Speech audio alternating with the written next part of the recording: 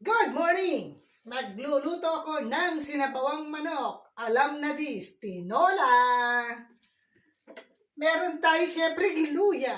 Luya to naka-frozen sa tagal ng panahon. Kasi kung iniwanan ko to sa ref, siguradong itatapon na to at bulok na. So, ang ginawa ko, nilagay ko sa freezer. Kaya ayan, medyo matigas pa siya. Pero okay na rin yan, pwede yan. At sasahogan din natin syempre ng sibuyas. O, nasaan ang ating sibuyas? Mahal pa ba ang sibuyas sa Pilipinas? Ito ang ating sibuyas. Tinatanong ko lang, kasi di ba nagmahalan ng sibuyas nung nakaraang taon ba yun? O ewan ko kung anong year, tumaas ang sibuyas, naging gold ang price. So ito ang ating isasahog ha. Luya at saka sibuyas. Meron pa bang bawang yon?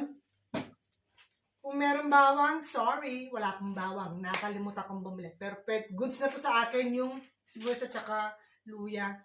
Hindi naman ako mate-arts. Kung anong meron sa aking bahay, yun ang gagamitin ko. Pag wala, di wala. O di ba, hiwain natin yung ating luya at saka sibuyas.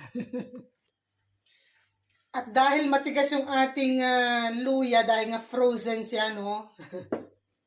Kailangan kong makipag-sapalaran. Hiwain natin siya. Oh. Hindi ko na nahintay na ma-defrost ng ilang minuto. Kaya ayan, ganyang hiwa ang gagawin ko ha. Matigas kasi kaya kailangan ko ng panghati ba? O ayan, diba? Kapag gusto, may paraan. Nakaprepare yung ating kaldero. Siyempre, hindi tayo makakapagluto pag hindi binuksan ng apoy. Buksan ng apoy. At gagamit tayo ng konting olive oil para ma-stir fry natin yung sibuyas at luya. O, ayan. Itabi. Unahin ko munang tawag dito, lutuin ang ating sibuyas. Kasi ang gusto ko sa sibuyas, yung medyo brown-brown siya. Pag nag-brown na siya, saka ko ilalagay yung luya. Kasi pag inuna ko ang luya, hindi magpa-brown tong ating sibuyas. So, unahin natin ang sibuyas, okay?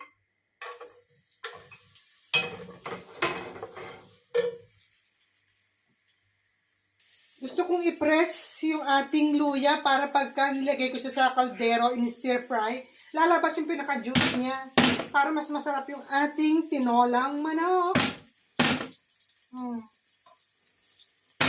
Alam nyo, maganda ngayon itong sabaw, lalo na merong luya, ganitong taglamig.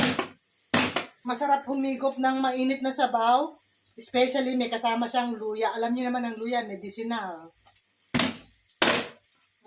Ganyan ang aking ginagawa. O diba, i-press natin para makuha natin yung kanyang pinaka-juice habang ginigisa natin siya sa sibuyas. Kumusta na yung ating sibuyas? Hindi pa siya nag-brown. Gusto ko yung medyo brown siya. At ito yung ating manok. Hinugasan ko na yan. In fact, naka-freezer yan last night. Dinefrost ko na. So, kaninang umaga, just an hour ago, ayun, malambot na siya. Hinugasan ko. Gusto ko ngayon na humigop ba ng mainit na sabaw na may luya para maganda sa lalamunan at na makapag-concert na tayo. Hindi ako makapag-concert at na pumipiyok, namamaos ang inyong lola. Golden brown na siya. Tignan mo. Pakita ko sa'yo, halika. O, hindi ba golden brown na? Pwede ko nang ilagay ang luya. Ganyan ang gusto ko, ang texture ng sibuyas. Ayoko nung pa siya, yung translucent. Ayoko. Gusto ko yung medyo brown siya. So, pwede ko nang ilagay yung ating luya. Nakita mo ha? Ganyan ang gusto ko sa sibuyas. Ayoko nung hilaw. At ito yung ating luya na pinrest. O, tingnan mo. Siguradong kuhang-kuha mo yung katas niyan para sumarap ang iyong tinola. Masarap ang sabaw sa malamig na panahon.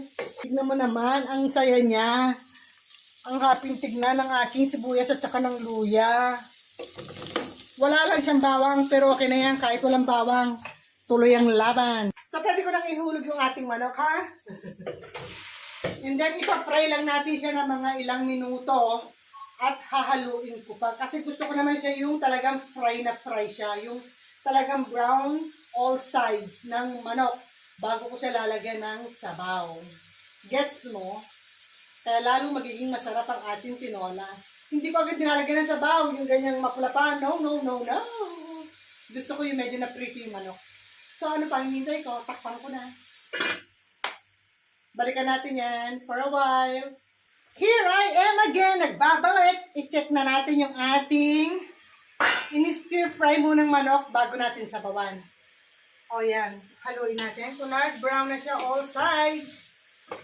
Yes, ito na ang time. While cooking this at in-stir fry natin para mag-golden brown, nagpainit na ako ng isasabaw kong tubig. Ayokong ibuhusan siya ng tubig na yung normal temperature. Gusto ko mainit na. O, di ba? Nag-shortcut way ang lola nyo. O, check nyo itong ating manok. Hindi ba brown na siya? Yan ang lalagyan ngayon natin ng sabaw. Ano nga pala mga gulay na pinaglalagay nyo kapag nagtitinola kayo, guys? Kasi sa akin, meron pa ako ditong, ayun, naka-frozen din siya, na. Yung chimidirapa, ito ang gagamitin kong gulay. So, ano pang inintay ko? Sabawan na natin, ha?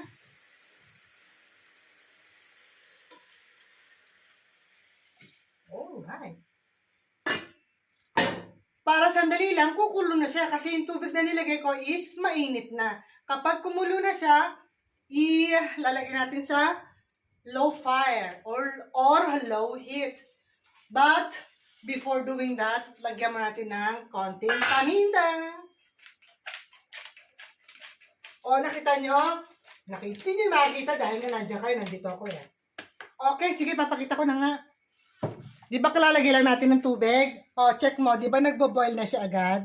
O. Di ba magic? Magic, sarap. Magic, di ba? Kalalagay lang natin ng tubig and then nagbo-boil na siya. Diyan, that time, i-low heat na natin. Okay? Para mas masarap ang luto niya. Yung talagang katas niya, makukuha. Ayoko ng lutong biglaan, yung madalian. May kanya-kanyang process ang pagluluto. So, wag natin madalian kung gusto nyo sumarap. Maaari nga lang sasayawan pa. Para lalong sumarap, sumarap, o sumarap, sumarap. Okay, guys. So, hintayin na natin maluto ang ating tinolang manok. Masarap ngayon sa malamig na panahon. At maganda yung luya. Maganda sa lalamunan yung luya. Promise, maganda. Kahit kayo alam niyan, di ba? Maganda ang luya. So, salamat sa panonood, guys!